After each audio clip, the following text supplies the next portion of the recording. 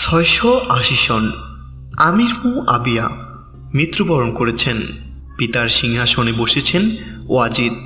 হযরত মুআবিয়া এবং ওয়াজিদ ইসলামের গণতন্ত্র, ইসলামের খিলাফতকে রাজতন্ত্রে পরিণত করলেন। এইভাবে সাধারণত রাজকোষ বাইতুল মাল পরিণত হলো ব্যক্তিগত সম্পত্তিতে।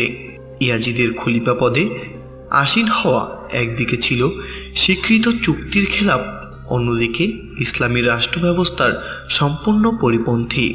ইয়াজিদ ইবনু মুআবিয়ার এই আচরণের তীব্র প্রতিবাদ করলেন হযরত হুসাইন। এত বড় অন্যায়কে, ইসলামী আদর্শের এই বুলন্ডিত দশাকে বরদাস্ত করা যায় কি করে?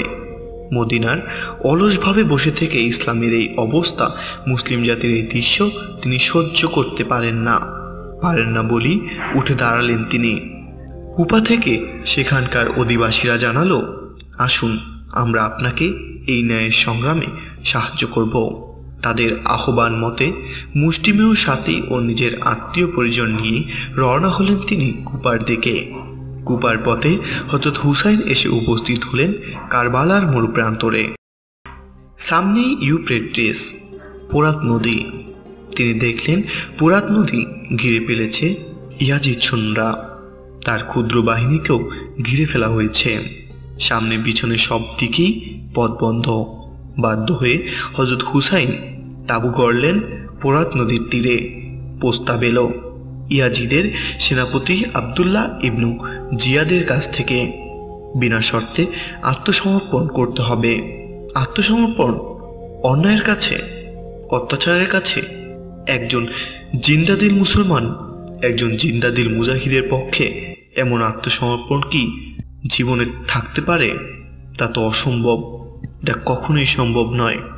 নবী সাল্লাল্লাহু আলাইহি ওয়াসাল্লামের দৌহিত্র হযরত হুসাইনের পক্ষেও তা সম্ভব হলো না।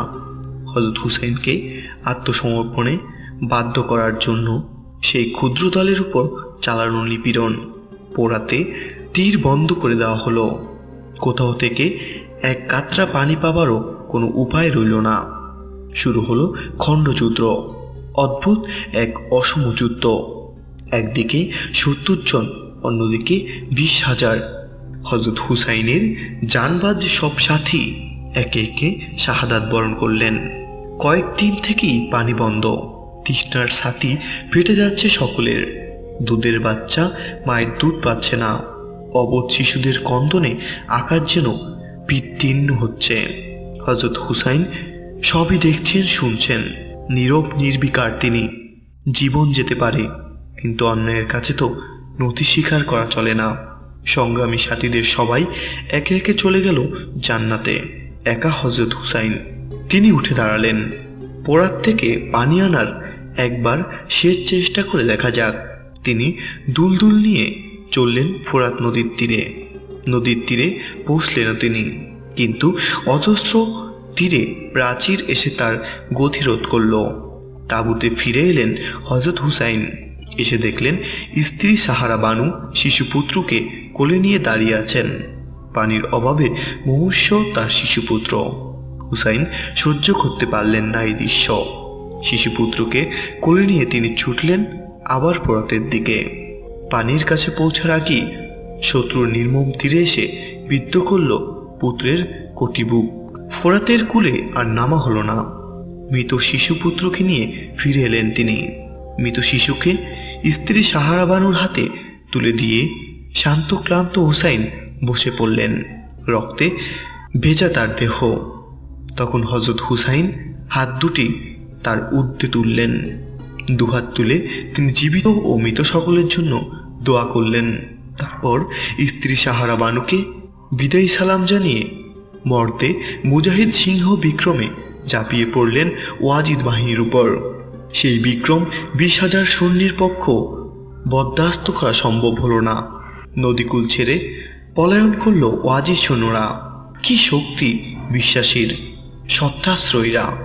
বহুর বিরুদ্ধে একের সংগ্রাম, তবুও সে অজয়, অধম্য। কিন্তু অবিরাম রক্তক্ষরণে দুর্বল হয়ে পড়লেন নবী দৌহিত্র হুসাইন। সংজ্ঞাহীন হয়ে লুটিয়ে পড়লেন তিনি ফোরাতের তীরে, কারবালার মরুর বালুতে। শত্রুর নির্মম খঞ্জর এসে স্পর্শ করল তার কণ্ঠ। পবিত্র রুধির ধারায় প্লাবিত হলো কারবালার মাটি। হযরত হুসাইন প্রাণ দিলেন, কিন্তু সত্যের উন্নত শিরকে আকাশ স্পর্শী করে গেলেন। সত্যের সেই উন্নত শির আনত হয়নি কখনো, এখনো নয়, হবেও না কোনোদিন। শহীদের এই লাহুতে স্নান করি পতনের পঙ্খ থেকে বারবার গড়ে উঠেছে জাতির দেশ স্বাধীনতা ও সত্যের শক্তি স্রোত।